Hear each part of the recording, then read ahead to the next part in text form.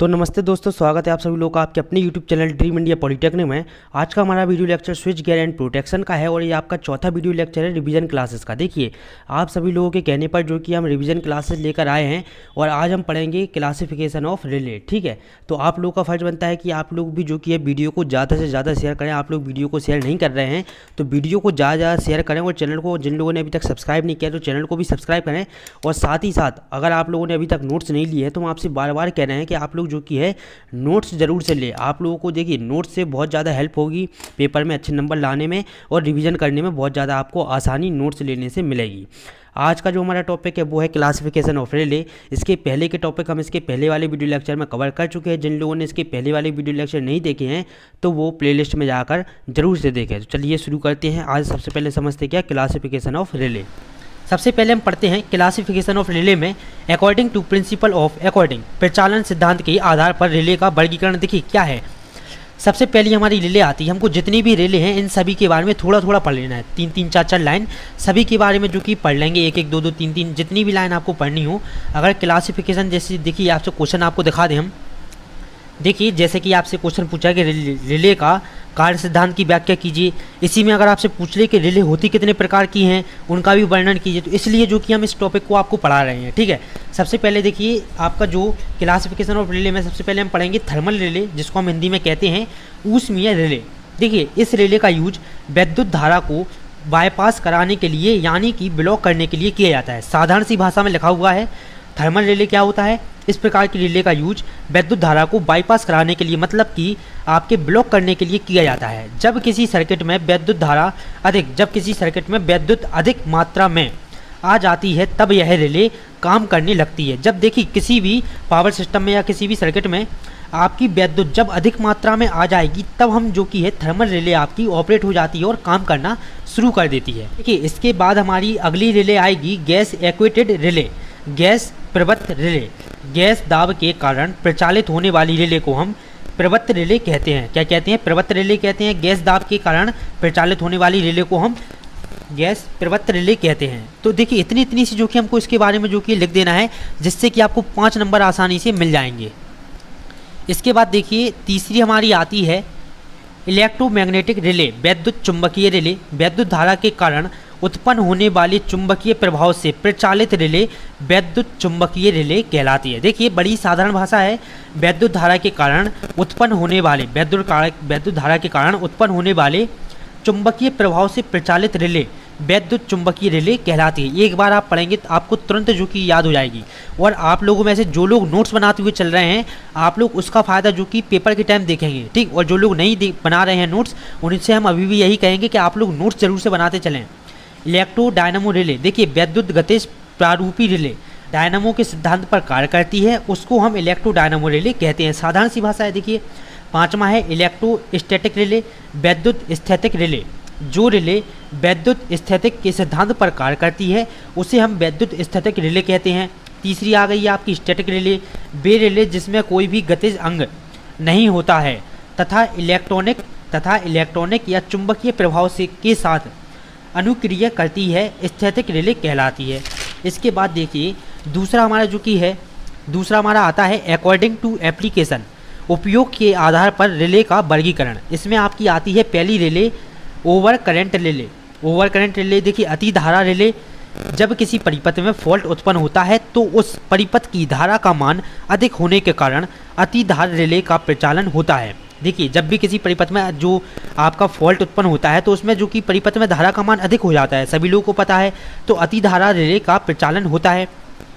दूसरा हमारा आता है डिस्टेंस रिले, दूरी रिले। इस प्रकार का रिले या इस रिले का प्रचालन वोल्टता तथा धारा के अनुपात पर निर्भर करता है। आपकी डिस्टेंस रिले का प्रचालन वोल्टता तथा धारा के अनुपात पर निर्भर करता है। तीसरा हमारा आता है आपका दिशात्मक शक्ति रिले, ठीक है, डायरेक्शनल पावर रिले। इस प्रकार की रिले में जब शक्ति का प्रवाह किसी विशेष दिशा में होता है तो दिशात्मक शक्ति रिले कहलाती है। ठीक, जब भी आपकी किसी भी प्रकार इस प्रकार की रिले में जब शक्ति का प्रवाह किसी विशेष दिशा में होता है तो दिशात्मक रिले कहलाती है या उसे कहते हैं। हमारा आता है आपका अंतरात्मक रिले, जब इनकमिंग करंट जब इनकमिंग करंट तथा आउटगोइंग करंट में अंतर उत्पन्न होता है तो रिले का प्रचालन होता है। देखिए, जब भी आपकी इनकमिंग करंट और आपकी आउटगोइंग करंट में अंतर उत्पन्न होता है तो इस प्रकार की रिले का जो कि है प्रचालन होता है। इसके बाद देखिए हमारा सी कंपोनेंट क्या है। देखिए सी आपका पढ़ेंगे अकॉर्डिंग टू ऑपरेशन टाइम, प्रचालन के अनुसार वर्गीकरण। देखिए प्रचालन के अनुसार वर्गीकरण में हम देखेंगे, फर्स्ट आपका आता है पहली रिले डेफिनेट टाइम रिले, निश्चित कल रिले। निश्चित कल रिले वह रिले जिसका प्रचालन फॉल्ट उत्पन्न होने के उपरांत, मतलब कि आपका फॉल्ट किसी भी पावर सिस्टम में हो गया, उसके बाद एक निश्चित समय पर होता है, निश्चित काल रिले कहलाती है। वह रिले जिसका प्रचालन फॉल्ट उत्पन्न होने के उपरांत एक निश्चित समय पर होता है, निश्चित रिले कहलाती है। दूसरा आता है आपका तात्क्षणिक रिले। तात्क्षणिक रिले क्या होता है, जैसे ही किसी राशि के मान में परिवर्तन होता है तो तात्क्षणिक रिले का कार्य करेगी, ठीक, या आपकी प्रचालित होगी। तीसरा हमारा आता है प्रतिलोमकार रिले। वह रिले जिससे धारा तथा समय के प्रतिलोमानुपात, ठीक, प्रतिलोमानुपाती संबंध होता है। धारा अधिक होगी तो रिले का काम करने का समय कम होता है, ठीक। जो आपकी प्रतिलोम काल रिले होती है इसका काम करने का कार्य जो कि है कम होता है। इसके बाद देखिए आपकी इम्पोर्टेंट रिले, अब हम पढ़ेंगे जो आपकी मोस्ट इम्पोर्टेंट रिले है, जो आपसे पूछा जा सकता है क्वेश्चन, उन रिले के बारे में भी हम थोड़ा सा जान लेते हैं। जैसे कि आपकी इसमें जितनी हमने रिले पढ़ी है इसमें आपकी कुछ रिले मोस्ट इंपॉर्टेंट है, तो इसके बारे में हम डिटेल से पढ़ लेंगे। जैसे आपकी देखिए पहली आ गई थर्मल रिले, यह आपकी बुक में भी दी हुई है, ठीक। दूसरी स्टैटिक रिले, और 2-3 प्रकार की आपकी रिले होती है, तो उनके बारे में भी हम जानेंगे। और आज जो कि इस वीडियो में हम पढ़ेंगे केवल थर्मल रिले के बारे में। इसके बाद आगे की रिले में हम अगले वीडियो लेक्चर में पढ़ेंगे।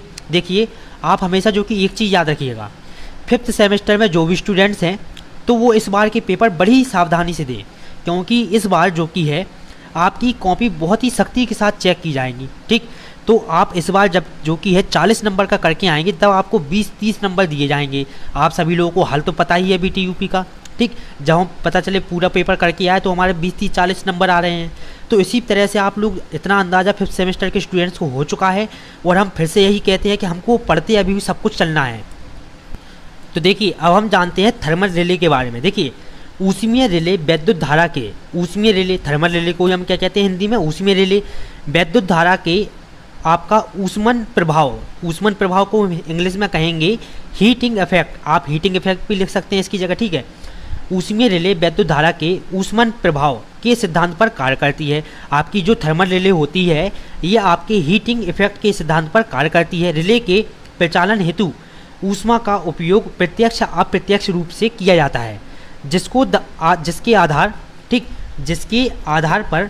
जिसके आधार पर ऊष्मीय रिले को 2 वर्गों में वर्गीकृत किया गया है, 2 भागों में बांटा गया है। पहली आपकी होती है प्रत्यक्ष ऊष्मीय रिले, दूसरी होती है अप्रत्यक्ष ऊष्मीय रिले। इसको हम ताप रिले भी जो कि कह सकते हैं, ठीक। प्रत्यक्ष ताप रिले आपका डायरेक्ट हीटिंग रिले, और दूसरी होती है इनडायरेक्ट हीटिंग रिले। सबसे पहले हम पढ़ते हैं डायरेक्ट हीटिंग रिले के बारे में। क्या होता है ये, दो धातुओं से बनी द्विधातुक, जो भी आपकी 2 धातु से बनेगी उसको हम क्या कहेंगे, द्विधातुक। 2 धातुओं से बनी द्विधातुक पट्टियों का यूज धारावाहक चालक के रूप में किया जाता है। आपका द्विधातुक पट्टियों के दोनों सिरे स्थिर कर दिए जाते हैं तथा इसके ऊपर उभरे हुए मध्य भाग पर एक फलक लगा होता है जो रिले को संपर्कित करने का कार्य करता है। क्या करता है, जो रिले को संपर्कित करने का कार्य करता है। इसके ऊपर जो फलक लगा हुआ होता है वो, ठीक है। इसके बाद देखिए इसमें हम आगे लिखेंगे कि द्विधातुक पट्टियों में जब धारा प्रवाहित होती है तो उत्पन्न ऊष्मा के कारण ट्रिप का मध्य भाग मुड़कर ऊपर उठ जाता है। आपका क्या होगा, ट्रिप का जो मध्य भाग होगा वो आपका मुड़कर ऊपर की साइड उठ जाएगा, ठीक है। आपका देखिए ये चित्र आप इसमें देख सकते हैं, ऊपर की साइड उठ जाता है, जिससे फलक ट्रिप सर्किट के उपस्थित रिले संपर्कों को संपर्कित कर ट्रिप सर्किट को ऊर्जावान कर देता है, ठीक है। तो इतना सा जो कि आपको इसमें लिखना है। इसके बाद आप इसका डायग्राम बना देंगे, ठीक है। आपका डायरेक्ट हीटिंग रिले का केवल हमने इसमें जो कि है 10 लाइनें मुश्किल से लिखी हैं, ठीक। 5-6 लाइन आप इसमें लिख देंगे, आपकी डायरेक्ट हीटिंग रिले का काम हो गया, ठीक। जी आप इसमें डायग्राम बना देंगे। इसके बाद हम पढ़ते हैं इनडायरेक्ट हीटिंग रिले। सबसे पहले तो आपको इनडायरेक्ट हीटिंग रिले में ये डायग्राम बनाना होंगे। बड़े ही सिंपल डायग्राम है, आप एक या दो बार अगर आप अच्छे से देख भी लेते हैं तो आप बिना देखे आराम से बना देंगे। इसके बाद हम इनडायरेक्ट हीटिंग रिले में लिखेंगे, देखिए बायमेटलिक स्ट्रिप के ऊष्मन मतलब कि हीटिंग के लिए एक अन्य हीटिंग एलिमेंट का यूज किया जाता है। आपका जो बायमेटलिक स्ट्रिप आपका स्ट्रिप होता है, इसके हीटिंग के लिए एक अन्य हीटिंग एलिमेंट का यूज किया जाता है। इसमें धारा से ऊष्मा उत्पन्न की जाती है। क्या की जाती है? इसमें धारा से ऊष्मा उत्पन्न की जाती है। हीटिंग एलिमेंट को आपका बायमेटलिक स्ट्रिप पर लपेटकर ऊष्मा रेडिएशन एवं आपका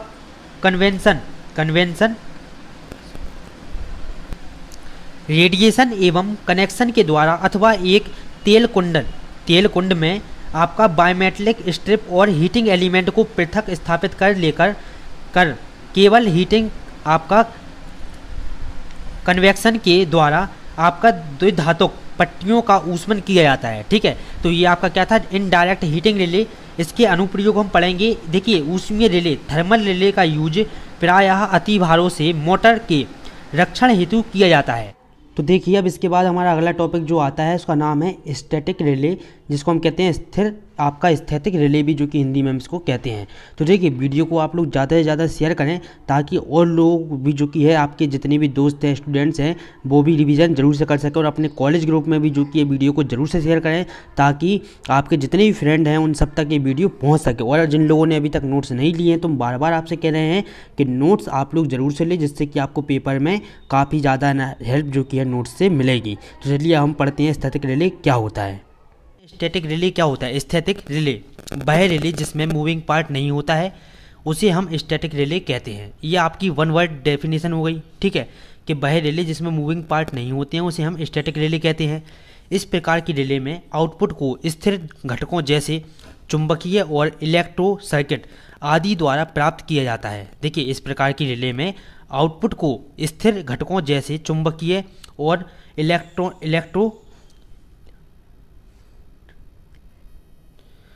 देखिए इस प्रकार की रिले में आउटपुट को स्थिर घटकों जैसे चुंबकीय और इलेक्ट्रिक सर्किट आदि द्वारा प्राप्त किया जाता है। आपकी जो स्टैटिक रिले होती है तो इसके आउटपुट को ठीक स्थिर घटकों जैसे चुंबकीय और आपके इलेक्ट्रिक सर्किट द्वारा प्राप्त किया जाता है। इसके बाद हम इसी में आगे लिखेंगे कि जिस रिले में स्थिर घटक और इलेक्ट्रोमैग्नेटिक रिले होती है उसे स्थिर रिले भी कहा जाता है। क्या कहा जाता है? स्थिर रिले भी कहा जाता है। स्टैटिक रिले को ही हम स्थिर रिले कहते हैं। अब आप देखिए इसका ब्लॉक डायग्राम इस तरह से बनेगा। ठीक, आपको स्क्रीन पर भी शो हो रहा होगा। सबसे पहले हम इसकी जो कि वर्किंग पढ़ लेते हैं। वर्किंग आप जैसे ही पढ़ते जाएंगे आपको डायग्राम ऑटोमेटिक जो कि समझ में आता जाएगा। ठीक, तो परेशान बिल्कुल भी, एकदम आसान भाषा में आप लोगों के लिए नोट्स बनाए जा रहे हैं। देखिए इसकी देखिए वर्किंग में क्या लिखेंगे हम कि करंट ट्रांसफार्मर का इनपुट ट्रांसमिशन लाइन से जुड़ा रहता है। आपका जो करंट ट्रांसफार्मर का इनपुट ट्रांसमिशन लाइन से जुड़ा रहता है तथा आउटपुट को आपका रेक्टिफायर से जुड़ा जाता है। आपका देखिए जो इनपुट होता है ठीक, वो ट्रांसमिशन लाइन से जुड़ा होता है। आउटपुट को हम क्या करते हैं, आपके रेक्टिफायर से जोड़ देते हैं। रेक्टिफायर इस सिग्नल को आपका रेक्टिफायर करके रिले के मेजरिंग परिपथ में भेजता है। आप लोगों को देखिए डायग्राम में शो हो रहा होगा। सबसे पहले आपका जो कि है ठीक, सबसे पहले रेक्टिफायर क्या करता है, रेक्टिफायर सिग्नल को रेक्टिफाइड करके रिले में मेजरिंग परिपथ में भेजता है। ठीक, इसके बाद रिले से प्राप्त सिग्नल एम्पलीफायर के आउटपुट का काम करता है। एम्पलीफायर के लिए क्या करता है, आउटपुट का काम करता है, जो सिग्नल आपको रिले से प्राप्त होते हैं। तो जो आपके ब्लॉक डायग्राम में बने हुए हैं पार्ट, उसी हिसाब से आपका वर्किंग करता है। ठीक, इसके बाद हम क्या देखेंगे इसमें, एम्पलीफायर सिग्नल को एम्पली कार्ड करके आउटपुट यूनिट को देता है। आउटपुट डिवाइस ट्रिप कॉइल को केवल तब सक्रिय करती है जब रिले संचालित होती है। स्टैटिक रिले केवल विद्युत सिग्नल पर ही कार्य करती है। तो ये तो हमारी हो गई स्टैटिक रिले की आपकी क्या वर्किंग। अब इसके बाद हम इसके एडवांटेज कुछ लाभ हैं। देखिए इसका रीसेट टाइम बहुत कम होता है। इसके आपका थर्मल स्टोरेज की समस्या नहीं होती है। ठीक, इसकी आपकी संवेदनशीलता ज़्यादा होती है और इसमें अनवांटेड ट्रिपिंग की संभावना कम होती है। तो ये थे इसके कुछ लाभ। इसके बाद देखिए इसकी हानियाँ जो कि हमको 1 या 2 3 लिख देनी है। इसकी आपका ओवरलोडिंग क्षमता कम होती है और रिले का कार्य विद्युत घटकों पर निर्भर करता है। तीसरा है कि इसकी संरचना पर वातावरण का प्रभाव पड़ता है, आपके एटमॉस्फेयर का जो कि इस पर प्रभाव पड़ता है। इसके बाद देखिए अगली जो कि हमारी रिले है, ठीक, अगली रिले कौन सी है हमारी, डिफरेंशियल रिले, इसको हम हिंदी में कहेंगे अंतरात्मक रिले। देखिए ये पढ़ने से पहले हम आपको बता दें कि आपसे क्वेश्चन कैसा पूछा जाता है। देखिए आपको यहाँ पर दिख रहा होगा, ये आपका लिखा है स्टैटिक रिले तथा आपका डिस्टेंस रिले पर संक्षिप्त टिप्पणी लिखिए। तो डिस्टेंस रिले हम अगले टॉपिक में हम क्लियर कर लेंगे, ठीक है, अगले जो वीडियो लेक्चर आएगा, ठीक। ये आपका डिस्टेंस रिले लिखा हुआ है और जी लिखा हुआ है स्टैटिक रिले। ये सभी रिले के बारे में हम पढ़ेंगे। इसके बाद हम पढ़ेंगे फ्यूज तथा सर्किट ब्रेकर में अंतर और रिले और सर्किट ब्रेकर में अंतर। तो इन दो अंतर में से एक अंतर आपका जरूर से आएगा। तो इसके बाद आपके 2 वीडियो लेक्चर और आएंगे, आपका सेकंड लेसन पूरा कंप्लीट हो जाएगा, ठीक है। तो बिल्कुल भी परेशान ना हो, अगर आप सेकंड लेसन तक जो कि पढ़ लेते हैं तो आपके 15 से 20 नंबर जो कि कंप्लीट हो जाते हैं। सेकंड लेसन जिन लोगों ने पूरा पढ़ लिया, समझ लीजिए 15 से 20 नंबर आपके पूरी तरह से तैयार हो चुके हैं। देखिए डिफरेंशियल रिले, अंतरात्मक रिले, देखिए क्या होता है, अल्टरनेटर के बाइंडिंग के दोनों एंड की धाराओं के मान बराबर ना होने पर अथवा दोनों एंड पर उपलब्ध धाराओं में फेज डिफरेंस मतलब कि कालांतर होने पर प्रचालित होने वाली आपकी रिले डिफरेंशियल रिले कहलाती है। तो इसकी जो ये क्या है, इसकी डेफिनेशन अगर आपसे पूछी जाए और यही जो कि है इसका इंट्रोडक्शन है, यह 2 प्रकार की होती है। जो आपकी डिफरेंशियल रिले होती है अंतरात्मक रिले, ये आपकी 2 तरह की जो कि होती है। पहली आपकी होती है करंट डिफरेंशियल रिले, ठीक। करंट डिफरेंशियल रिले में हम क्या पढ़ेंगे, चित्र में, ठीक। सबसे पहले तो आप इसका चित्र देख लें, ये है आपका करंट डिफरेंशियल रिले का चित्र, ठीक। ब्लॉक डायग्राम भी आप इसको कह सकते हैं, ठीक। इस तरह से आपका जो कि चित्र बनेगा। अब इसी चित्र के बारे में हमको यहाँ पर बताया गया है, ठीक है। देखिए चित्र में एक ओवर करंट रिले मतलब कि अति धारा रिले दिखाया गया है या दिखाई देती है, जो अंतरात्मक रिले की तरह कार्य करती है। रक्षण भाग के दोनों तरफ एक समान मतलब एक जैसे 2 करंट ट्रांसफार्मर को जोड़ते हैं। देखिए आपको चित्र में दिख रहा होगा, एक समान 2 ट्रांसफार्मर जो कि करंट ट्रांसफार्मर लगे हुए हैं, एक आपका CT1 और CT2, ठीक है। तो 2 ट्रांसफार्मर लगे हुए हैं, ठीक, को जोड़ा जाता है। और आपका देखिए करंट ट्रांसफार्मर की द्वितीयक कुंडली को इस प्रकार संयोजित किया जाता है कि इसमें प्रेरित होने वाली धारा की दिशा समान हो। अतिधारा रिले की ऑपरेशन कुंडली को करंट ट्रांसफार्मर की द्वितीयक कुंडली में जोड़ा जाता है या जोड़ दिया जाता है। यह डिफरेंशियल रिले दोनों तरफ की धाराओं की तुलना करती है। तो ये थी आपकी करंट डिफरेंशियल रिले। आपको देखिए ये चित्र भी आप इसका देख सकते हैं, ये है इसका चित्र CT1 आपका करंट ट्रांसफार्मर 1 है ये पहला वाला, और ये करंट ट्रांसफार्मर दूसरा वाला है। पायलट वायर, ये आपका क्या है पायलट वायर, ये वाला वायर और ये वाला वायर, ये दोनों क्या है पायलट वायर। इसके बाद दूसरी हमारी आती है, देखिए डिफरेंशियल रिले का ही दूसरा भाग जो कि दूसरा पार्ट है वो है voltage balance differential relay. Voltage balance differential relay, जिसको हम हिंदी में कहेंगे वोल्टेज संतुलन अंतरात्मक रिले। इस विधि में दोनों सिरों पर 2 समान CT मतलब ट्रांसफार्मर, आपका करंट ट्रांसफार्मर को पायलट वायर के द्वारा जोड़ा जाता है। CT की द्वितीयक कुंडली को रिले के श्रेणी क्रम में इस प्रकार जोड़ा जाता है कि समान अवस्था में प्रेरित EMF विपरीत हो। तो देखिए ये है इसका डायग्राम। इस तरह से आपको दोनों ये लिख देनी है डिफरेंशियल रिले में। जब भी आपसे पूछा जाए कि डिफरेंशियल रिले का संक्षिप्त में वर्णन कीजिए, तो सबसे पहले हम डिफरेंशियल रिले का इंट्रोडक्शन लिखेंगे, उसके बाद करंट डिफरेंशियल रिले, फिर वोल्टेज बैलेंस डिफरेंशियल रिले, और ये इन दोनों के डायग्राम जो कि बना देंगे। तो इससे जो कि आपको 5 नंबर आसानी से मिल जाएंगे। इस तरह से इसका चित्र बनेगा। देखिए ये है CT1, ठीक है, ये है CT1 क्या है, और ये है CT2 करंट ट्रांसफार्मर 1 और करंट ट्रांसफार्मर दूसरा। इसके बाद देखिए हमारा मोस्ट इंपॉर्टेंट टॉपिक जो कि है आता है induction type directional over current relay. Induction type directional over current relay. देखिए directional power relay short circuit की कंडीशन में कार्य नहीं करती है। आपकी जो डायरेक्शनल ओवर करंट या हम कह ले पावर रिले, ये क्या है शॉर्ट सर्किट की कंडीशन में कार्य नहीं करती है, क्योंकि शॉर्ट सर्किट की कंडीशन में ठीक, शॉर्ट सर्किट की कंडीशन में वोल्टेज का मान बहुत कम होता है जिसके कारण कम टॉर्क उत्पन्न होता है तथा डायरेक्शनल पावर रिले अपना कार्य नहीं कर पाती है। इसी कमी को दूर करने के लिए डायरेक्शनल रिले के द्वारा दूर किया, इस जो आपकी कमी है इसको हमने किसके द्वारा जो की है दूर किया, इंडक्शन टाइप डायरेक्शनल रिले के द्वारा। ठीक है, आपकी जो डायरेक्शनल पावर रिले है, ठीक, ये है मतलब कि इसका कहने का मतलब ये है कि हमको induction type directional over current relay की ज़रूरत क्यों पड़ी, या हम कह सकें कि इंडक्शन टाइप रिले की हमको ज़रूरत क्यों पड़ी। तो देखिए, डायरेक्शनल पावर रिले जो थी वो शॉर्ट सर्किट की कंडीशन में काम नहीं करती थी। ठीक, कि इसी चीज़ को दूर करने के लिए हमने इंडक्शन टाइप डायरेक्शनल रिले का निर्माण किया। ठीक है, इसके देखिए इसमें 2 रिले एलिमेंट सम्मिलित होते हैं। आपकी जो इंडक्शन टाइप डायरेक्शनल रिले है इसमें 2 रिले एलिमेंट सम्मिलित होते हैं। पहला होता है डायरेक्शनल एलिमेंट, दूसरा होता है नॉन डायरेक्शनल एलिमेंट। पहला आप देखिए, डायरेक्शनल एलिमेंट में हम क्या लिखेंगे, डायरेक्शनल एलिमेंट एक डायरेक्शनल पावर रिले है। यह रिले तब कार्य करती है जब पावर का फ्लो एक विशेष दिशा के लिए होता है।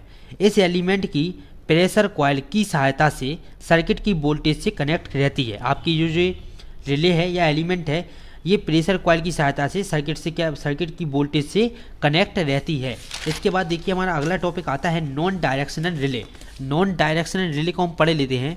देखिए, नॉन डायरेक्शनल रिले में हम लिखेंगे कि करंट कॉइल करंट ट्रांसफार्मर की सहायता से सर्किट करंट के द्वारा आपका एनर्जाइज मतलब कि ऊर्जावान की जाती है। आपकी जो करंट कॉइल और करंट ट्रांसफार्मर की सहायता से सर्किट करंट के द्वारा ऊर्जावान की जाती है। इस कॉइल के द्वारा नॉन डायरेक्शनल एलिमेंट की ऊपरी मैग्नेट पर आपकी प्राइमरी कॉइल को जोड़ा जाता है। क्या करते हैं हम, इसकी ऊपरी मैग्नेट पर हम क्या कर देते हैं, प्राइमरी कॉइल को लगा देते हैं तथा ट्रिप सर्किट को ओवर करंट रिले के सेकेंडरी सर्किट की सीरीज में कनेक्ट किया जाता है। इसकी जो ओवर करंट रिले है इसको हम सेकेंडरी सर्किट के सीरीज में कनेक्ट कर देते हैं। नॉन डायरेक्शनल एलिमेंट को एनर्जाइज मतलब कि ऊर्जावान करने के लिए डायरेक्शनल एलिमेंट को ऊर्जावान होना जरूरी है। अगर आपको देखिए नॉन डायरेक्शनल एलिमेंट को ऊर्जावान करना है तो उसके लिए डायरेक्शनल एलिमेंट का ऊर्जावान होना बहुत ही ज़रूरी है। इसके बाद हम इसका डायग्राम देख लेते हैं। देखिए, ये है हमारा इसका diagram induction type directional over current relay का। ठीक है, इस डायग्राम देखिए आपको देखने में जो कि है ये बहुत कठिन लग रहा होगा, लेकिन ये बहुत ही ईजी है। ठीक, अब इसको देखिए बनाने का तरीका सबसे पहले आप जान ले। आपको केवल ये ऊपर वाला हिस्सा जो कि है बनाना सीखना है, इतना हिस्सा ऊपर वाला बनाना सीखना है। ठीक, इतने हिस्से को आप केवल बनाना सीखें। सबसे पहले क्या करें, इतने हिस्से को बनाना सीखें। तो देखिए हमने एक ऊपर जो कि है इस तरह से एक कॉइल कुंडली लगा दी। ठीक है, एक कुंडली आप जो कि इसी तरह से इसके छोटी सी कुंडली आप इसके नीचे लगा दें। ठीक, आप लोग देखिए हम तो फ्री हैंड बना रहे हैं, बट आप लोग जो कि इसको आराम से बनाएं। ठीक है, इस तरह से हम इसकी कुंडली बना देंगे। हमको केवल इतना चित्र बनाना सीखना है। इसके बाद क्या करना है, हमको इतना ही चित्र यहाँ पर फिर से रिपीट कर देना है। यही चित्र हमको 2 बार बना देना है। तो इससे क्या होगा, 2 आपकी पोटेंशियल कॉइल की लेले जो कि तैयार हो जाएंगी। ठीक, 2 हमारी जो कि इस तरह से चित्र हमको बनाना है। ठीक है, इसको हम इरेज कर देते हैं। देखिए अब आप देख सकते हैं, देखिए आप ये दोनों बना लीजिए। इसके बाद यही चीज़ रिपीट कर दीजिए फिर से। ठीक है, तो ये आपका चित्र बन गया। इसके बाद हम क्या करेंगे, ये आपका यहाँ पर बन लिखा हुआ है। ठीक, ये बन वाला जो इसका कॉइल है या तार है, ये वायर आपका इस तरह से आएगा, ये आएगा। यहाँ पर जो सबसे नीचे वाली कॉइल है, इसको देखिए समझने के लिए, केवल समझने के लिए हम यहाँ पर नाम देते हैं कुंडलियों के। आपकी जितनी भी कॉइल हैं सबके नाम दे देते हैं। इसका नाम है ए, इसका नाम है बी, इसका नाम है सी और इसका नाम है डी। ठीक, ए बी सी डी। अब ए से जो आपकी वायर निकला है, ए से वायर आपका निकल कर डी पर जाएगा और डी पर यहाँ पर इसको देखिए इस पर लिपेट दिया गया है। इसके बाद यही कॉइल इसमें से होकर इस कुंडली में आपका लिपट जाएगा। ठीक, और यहाँ से निकलने के बाद आपका वापस यहाँ पर 2 ऊपर आ जाएगा। ठीक, आप समझ ले फिर से, 1 से निकल कर डी पर आया, डी से निकल कर सी पर गया, सी से निकल कर फिर वापस ए पर गया।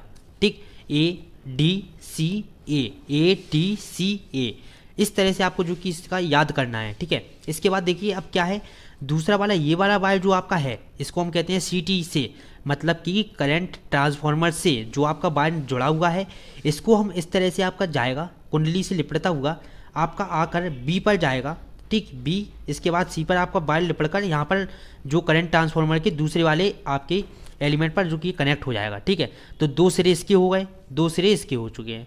तो इस तरह से आपका ये चित्र बन जाएगा। इतने हिस्से को हम कहेंगे ओवर करंट एलिमेंट, ठीक, और इतने हिस्से को हम कहेंगे डायरेक्शनल एलिमेंट।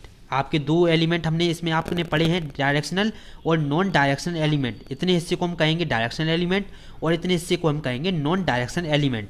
ये है आपका 2 ट्रिप सर्किट, मतलब कि ट्रिप सर्किट के लिए ये है आपका करंट कॉइल, ये है PT मतलब कि पोटेंशियल ट्रांसफार्मर, ये है पोटेंशियल कॉइल, और ये है आपका डायरेक्शन एलिमेंट। तो आशा करते हैं आपको चित्र पूरी तरह से समझ में आ चुका होगा। अब हम इसके बाद इसकी वर्किंग पढ़ते हैं, ऑपरेशन। देखिए इसमें देखिए हम सबसे पहले जानेंगे इसके बारे में, हम लिखते जाएंगे, ठीक है, वर्किंग इसकी देखेंगे हम।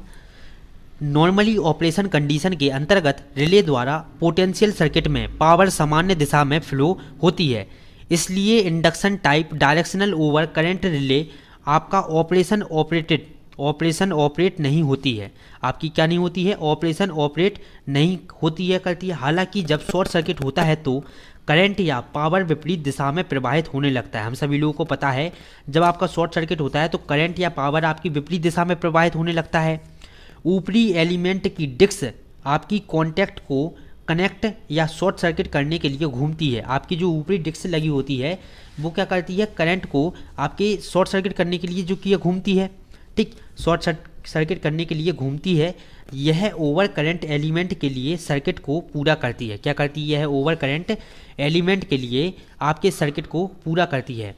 इस एलिमेंट को डिस्क कहते हैं और इससे connect moving contact trip circuit को क्लोज कर देते हैं। यह सर्किट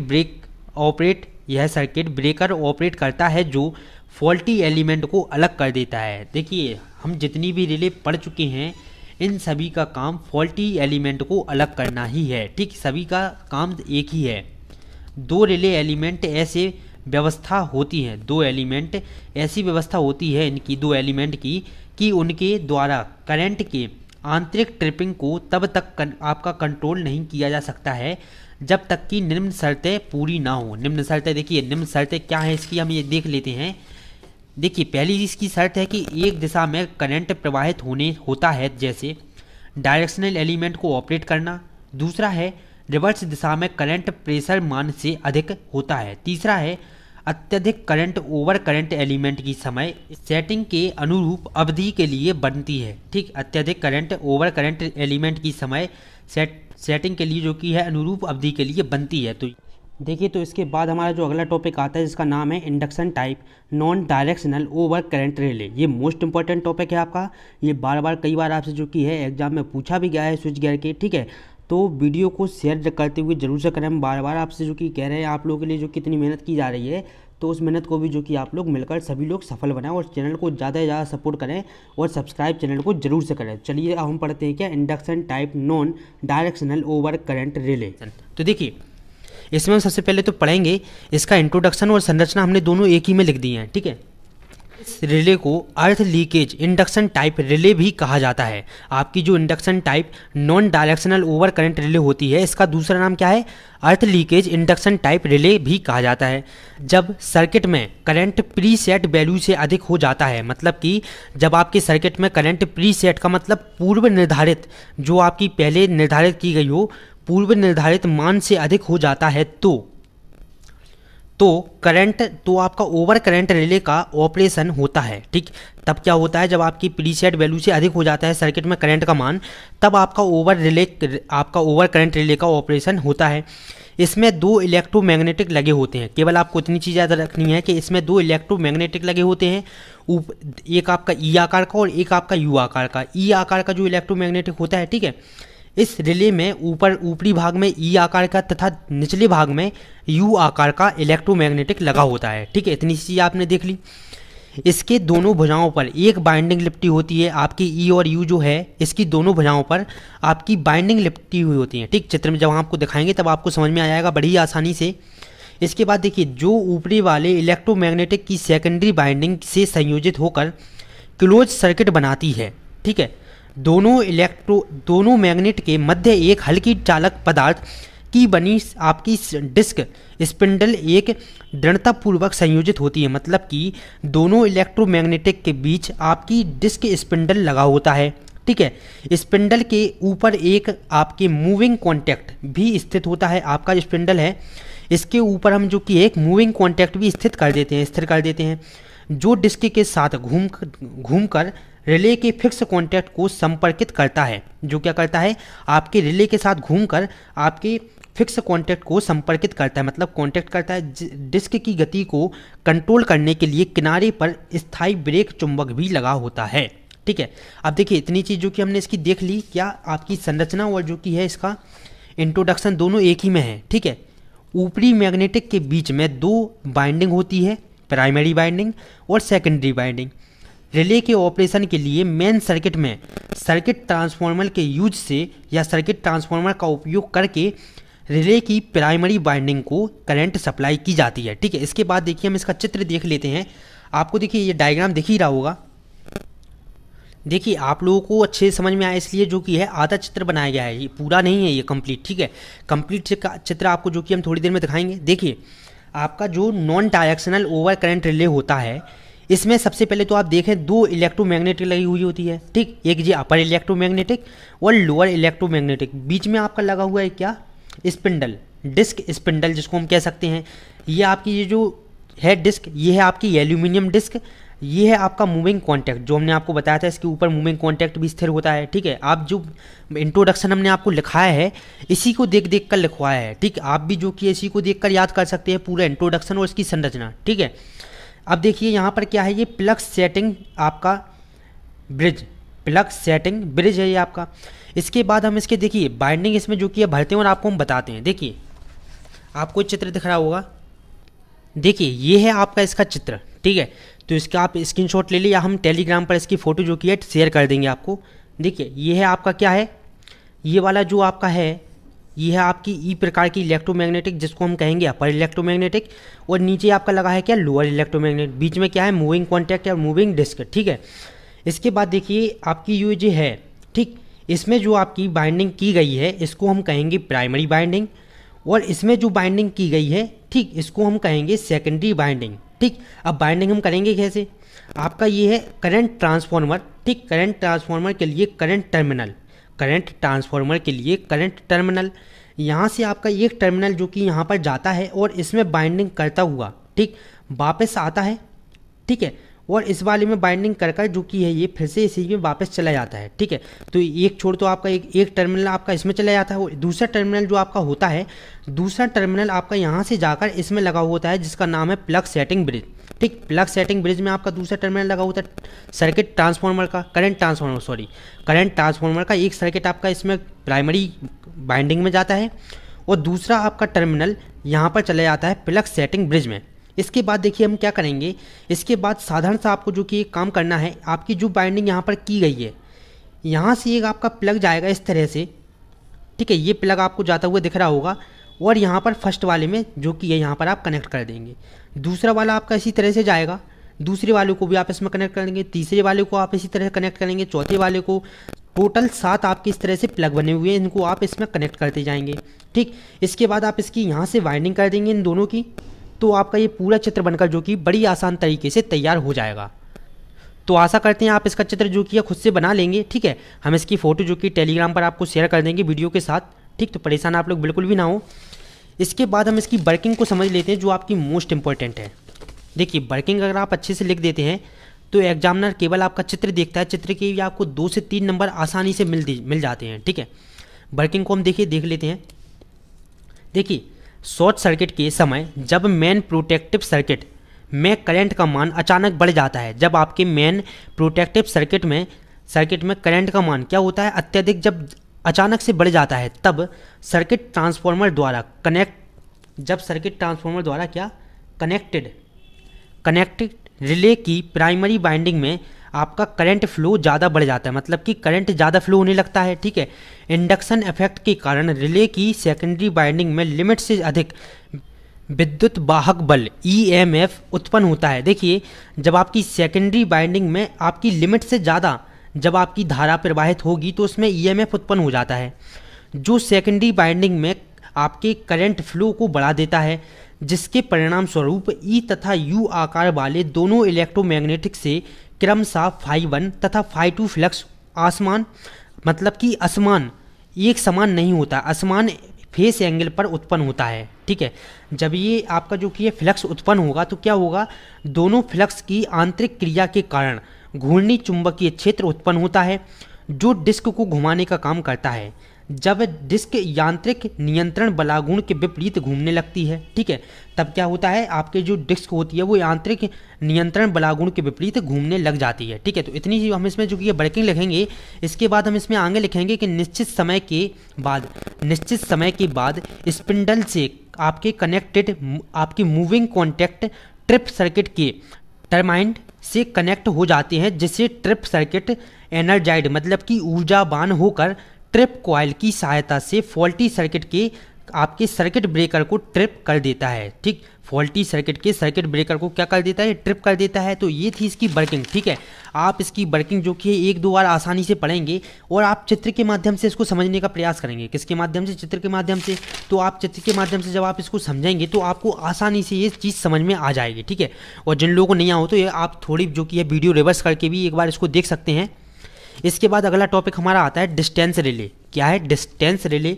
देखिए, आपसे इसमें जो कि है दो तरह से क्वेश्चन पूछे जा सकते हैं। या तो आपसे पूछ ले डायरेक्ट इम्पीडेंस रिले। अगर इम्पीडेंस रिले पूछे तो आपको लिखना है ये।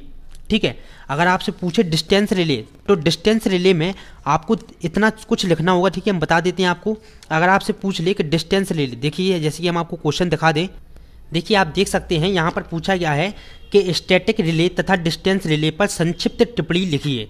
तो आपको देखिए डिस्टेंस रिले के बारे में भी लिखना होगा और स्टैटिक रिले के बारे में भी लिखना होगा। हम स्टैटिक रिले आपको पढ़ा चुके हैं, अब हम पढ़ेंगे डिस्टेंस रिले। देखिए, यह वह रिले होती है, आपकी डिस्टेंस रिले वह रिले होती है जो फॉल्टी पॉइंट से रिले कनेक्शन पॉइंट तक के सर्किट की इम्पीडेंस पर ऑपरेट होती है। देखिए, आप एक बार और पढ़ें इसको। आपका डिस्टेंस रिले क्या होता है, डिस्टेंस रिले वह होती है जो आपके फॉल्टी पॉइंट से रिले कनेक्शन पॉइंट तक के सर्किट की इम्पीडेंस पर ऑपरेट होती है। इसका यूज सामान्यतः ट्रांसमिशन लाइन की सुरक्षा के लिए किया जाता है। ये आप लोग देखिए शॉर्ट में लिखा हुआ है ट्रांसमिशन लाइन की सुरक्षा के लिए हम डिस्टेंस रिले का यूज करते हैं। अब डिस्टेंस रिले के अंतर्गत निम्न प्रकार की रिले आती हैं। पहली आपकी होती है इम्पीडेंस रिले, दूसरी होती है रिएक्टेंस रिले, तीसरी आपकी होती है एमएचओ रिले। ठीक है, एमएचओ रिले। अब हम सबसे पहले पढ़ते हैं इम्पीडेंस रिले क्या होता है। देखिए, इम्पीडेंस रिले आपसे डायरेक्ट क्वेश्चन कई बार पूछा गया है कि इम्पीडेंस रिले क्या है, इसके बारे में बताइए। तो इसके बारे में हम डायग्राम भी पढ़ेंगे और इसकी वर्किंग भी पढ़ेंगे। ठीक है, इम्पीडेंस रिले देखिए क्या होता है। यह रिले फॉल्टी पॉइंट के इम्पीडेंस को मापती है। ठीक, जो आपका काम डिस्टेंस रिले करती है भाई उसी के अंतर्गत आती है इम्पीडेंस रिले। तो ये भी क्या करेगा, फॉल्टी पॉइंट के इम्पीडेंस को मापती है। यह रिले फॉल्टी पॉइंट के इम्पीडेंस को मापती है। यदि रिले सेटिंग का इम्पीडेंस कम हो तो यह सर्किट ब्रेकर को उसके कॉन्टैक्ट बंद करने का ट्रिपिंग कमांड देती है। देखिए क्या है इसका मतलब कि यदि रिले सेटिंग का इम्पीडेंस कम हो, जब आपके रिले सेटिंग का इम्पीडेंस कम होगा तो ये सर्किट ब्रेकर को जो कि है कमांड देगी किसका, आपके कॉन्टैक्ट बंद करने का। क्या देगी, इसको आदेश देगी आपकी सर्किट ब्रेकर को कि आप कॉन्टैक्ट को बंद कर दें। ठीक है, तो ये आपके इम्पीडेंस रिले। देखिए, इम्पीडेंस रिले लगातार लाइन और करंट ट्रांसफार्मर के पोटेंशियल ट्रांसफार्मर के मध्य से वोल्टेज फ्लो को मॉनिटर करती है। आपकी जो इम्पीडेंस रिले होती है वो क्या करती है, लगातार लाइन और सर्किट ट्रांसफार्मर और पोटेंशियल ट्रांसफार्मर के मध्य से वोल्टेज फ्लो को मॉनिटर करता है। यदि वोल्टेज और करंट का रेटियो कम होता है तो रिले का ऑपरेशन स्टार्ट हो जाता है। जब आपके वोल्टेज और करंट का रेटियो कम हो जाएगा तो आपके रिले का ऑपरेशन क्या होगा, स्टार्ट हो जाएगा। अब हम पढ़ते हैं working principle of impedance relay. Working principle of impedance relay में देखिए, आप सबसे पहले तो चित्र देख लें। इसमें देखिए ये आपका लगा हुआ है जनरेटर। ठीक है, ये सर्किट ब्रेकर है। ठीक, ये है आपका ये लिखा हुआ है, ये बी है, ये है इम्पीडेंस रिले। ठीक, ये है पोटेंशियल ट्रांसफार्मर। इम्पीडेंस रिले, ये है पोटेंशियल ट्रांसफार्मर। इस तरह से आप इसका डायग्राम बनाएंगे। हम इसकी वर्किंग में पढ़ेंगे कि नॉर्मली कंडीशन में लाइन वोल्टेज की वैल्यू आपके करंट से अधिक होती है। जब आपकी सामान्य स्थिति होती है तो हमारे लाइन वोल्टेज की वैल्यू या मान करंट से अधिक होता है, मतलब कि ज़्यादा होता है।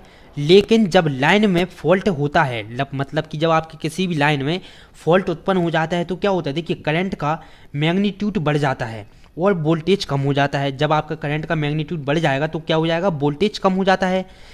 इस प्रकार इम्पीडेंस कम हो जाता है, जिसके कारण इम्पीडेंस रिले स्टार्ट हो जाती है। जब आपका देखिए इम्पीडेंस रिले आपकी तभी स्टार्ट होगी जब आपका इम्पीडेंस कम हो जाएगा। ठीक है बात, देखिए हम इसमें आगे लिखेंगे कि पोटेंशियल ट्रांसफार्मर, ठीक शॉर्ट में लिखा हुआ है ये potential transformer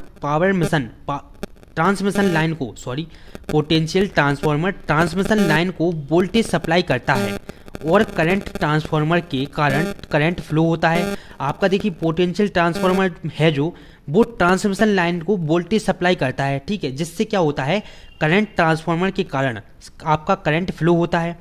current transformer circuit के साथ सीरीज में कनेक्ट होता है। देखिए यहाँ पर बता भी दिया है कि जो आपका करंट ट्रांसफार्मर होता है वो सर्किट के साथ सीरीज में कनेक्ट होता है। अब आती है हमारी दूसरी रिले जिसका नाम है रिएक्टेंस रिले।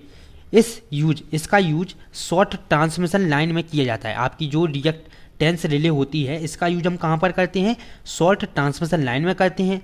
यह रिले अर्थ फॉल्ट के लिए सबसे ज़्यादा यूज होती है।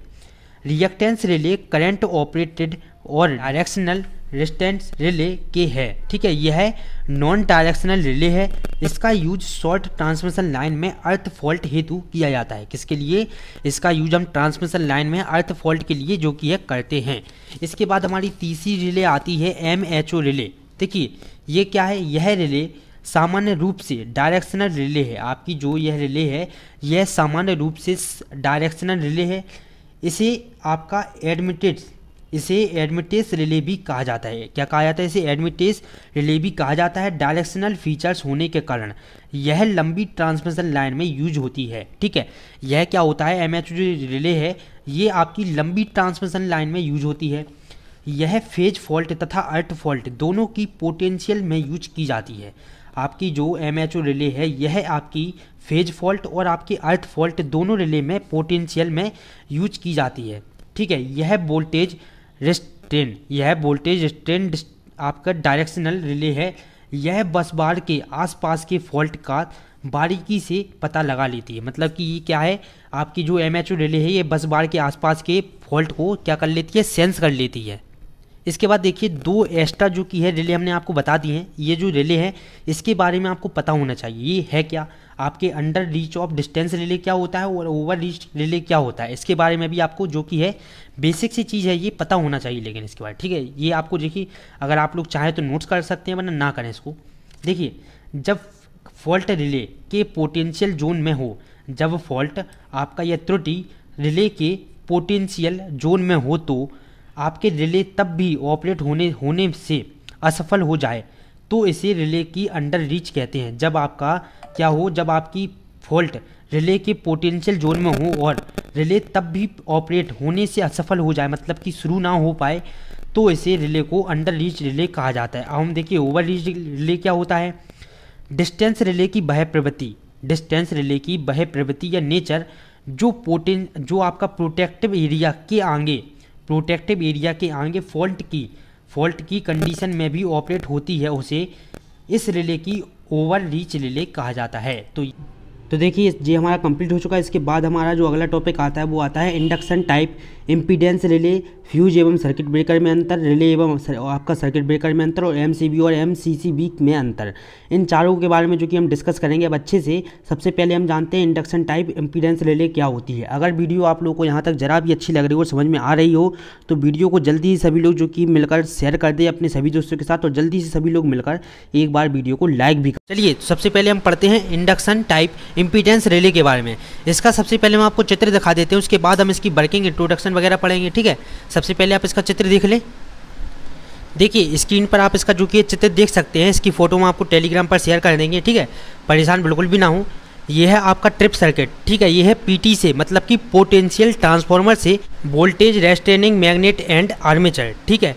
ये देखिए आपका नीचे आप देख सकते हैं, नीचे आपका ये लगा हुआ है इस आपका स्प्रिंग कपल, ये है आपका अपर इलेक्ट्रोमैग्नेटिक और ये है आपका लोअर इलेक्ट्रोमैग्नेटिक। ये बीच में आपकी लगी हुई है एल्यूमिनियम डिस्क, ठीक, एल्यूमिनियम डिस्क लगी हुई है। और ये जो आपकी बाइंडिंग है, ठीक, ये किससे है आपकी, फ्रॉम सेकेंडरी ऑफ सीटी, करंट ट्रांसफार्मर से सेकेंडरी बाइंडिंग, ठीक है। ये है आपका अपर इलेक्ट्रोमैग्नेटिक। इस तरह से जो कि आप इसका चित्र बनाएंगे, ये सबसे नीचे आपका लगा हुआ है प्लग ब्रिज, ठीक। अब इसके बाद हम इसके जो कि इंट्रोडक्शन और वर्किंग वगैरह पढ़ लेते हैं, ठीक है। ये देखिए, तो हम इसकी वर्किंग पढ़ेंगे। देखिए, ये जो रिले है आपकी इंडक्शन टाइप इम्पीडेंस रिले, ये आपसे ज़्यादा नहीं पूछी जाती है पेपर में, लेकिन फिर भी जो कि लास्ट आपकी रिले बची हुई थी, इसलिए हमने इसको कवर कर लिया, ठीक। छोड़ा आपका कोई भी टॉपिक नहीं आएगा, सभी टॉपिक आपको पढ़ाए जाएंगे, ठीक है। देखिए, इसमें हम सबसे ऊपर लिखेंगे ऊपरी आपका इलेक्ट्रोमैग्नेटिक में दो आपका सेपरेट बाइंडिंग होती है। जो आपका ऊपरी इलेक्ट्रोमैग्नेटिक होता है, अपर इलेक्ट्रोमैग्नेटिक, उसमें क्या होती है, दो आपकी सेपरेट बाइंडिंग होती है। प्राइमरी बाइंडिंग करंट ट्रांसफार्मर के सेकेंडरी कॉइल से कनेक्ट होती है। जो आपकी प्राइमरी बाइंडिंग होती है, ठीक है, वो आपके करंट ट्रांसफार्मर के सेकेंडरी कॉइल से क्या होती है, कनेक्ट, मतलब कि जुड़ी हुई होती है।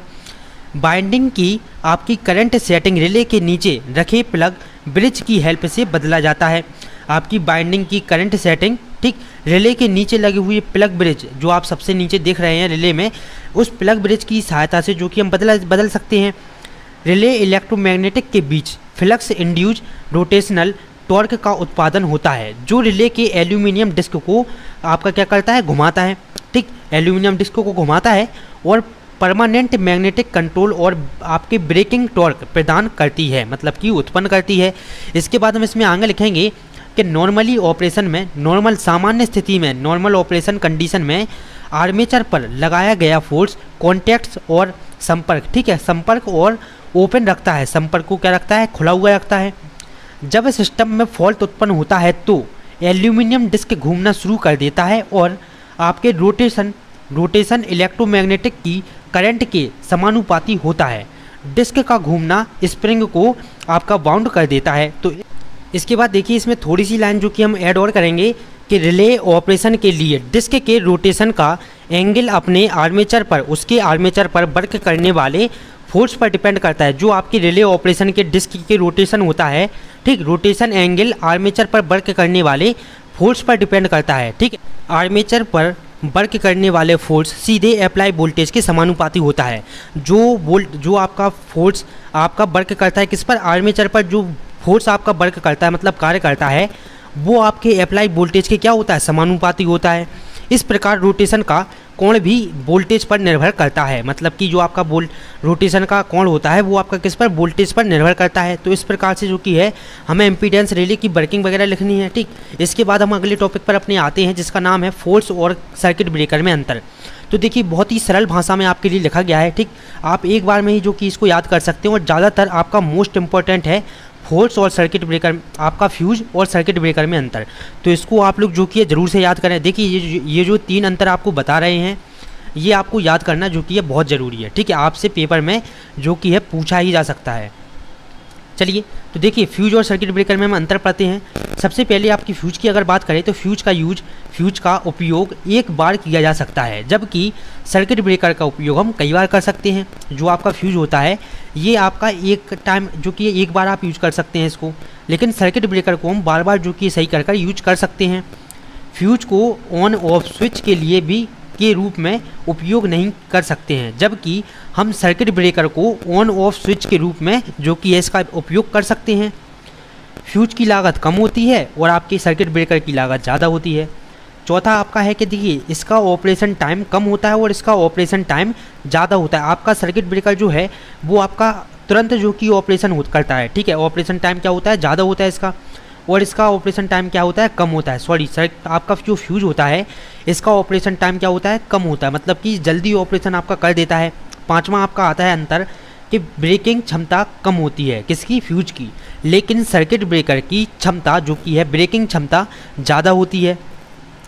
छठवां अंतर देखिए, इसमें देखेंगे आप, यह फ्यूज का पता, यह फॉल्ट का पता, सॉरी, यह आपका जो फ्यूज होता है यह फॉल्ट का पता लगाता है तथा रुकावट प्रक्रिया दोनों करता है। यह फॉल्ट का देखिए पता भी लगा रहा है और रुकावट प्रक्रिया भी कर रहा है, मतलब कि 2 in 1 आपका फ्यूज दो काम करता है। एक तो फॉल्ट का पता भी लगाता है और साथ में रुकावट का काम भी करता है।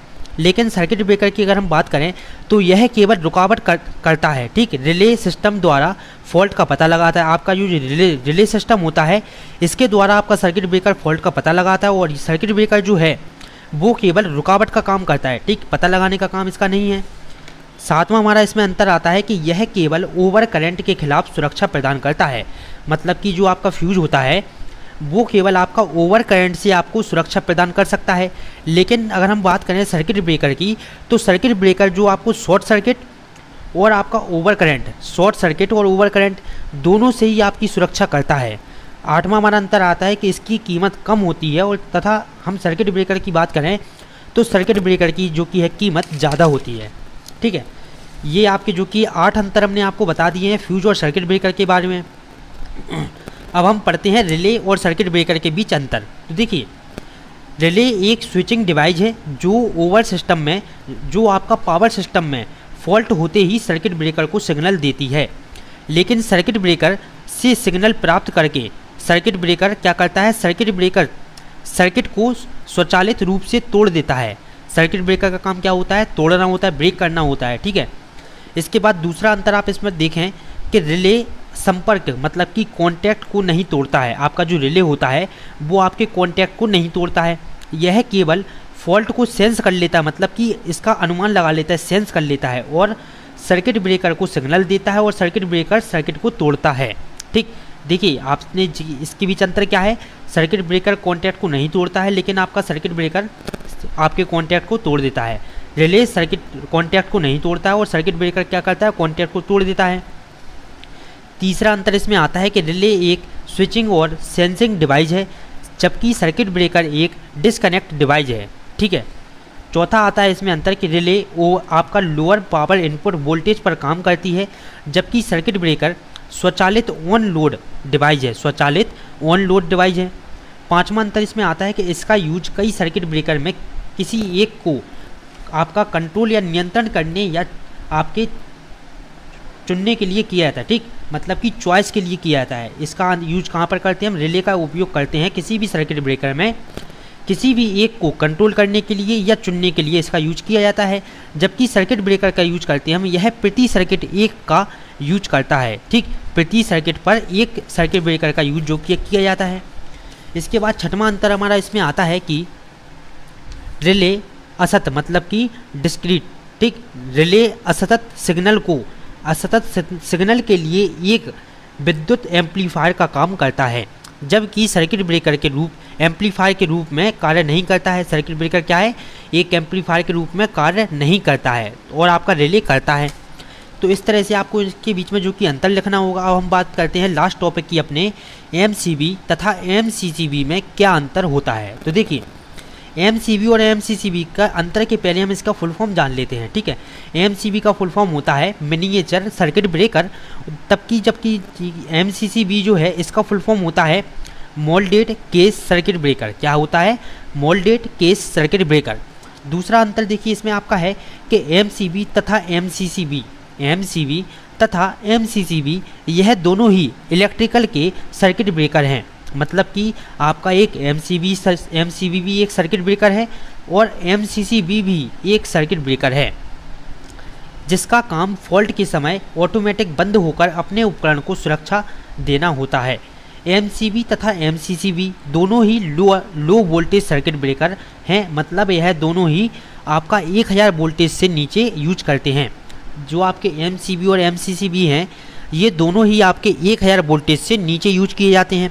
चौथा अंतर हमारा आता है इसमें कि एमसीबी तथा एमसीसीबी दोनों ही शॉर्ट सर्किट और ओवरलोड फॉल्ट के होने पर हमारे उपकरण को सुरक्षा देते हैं।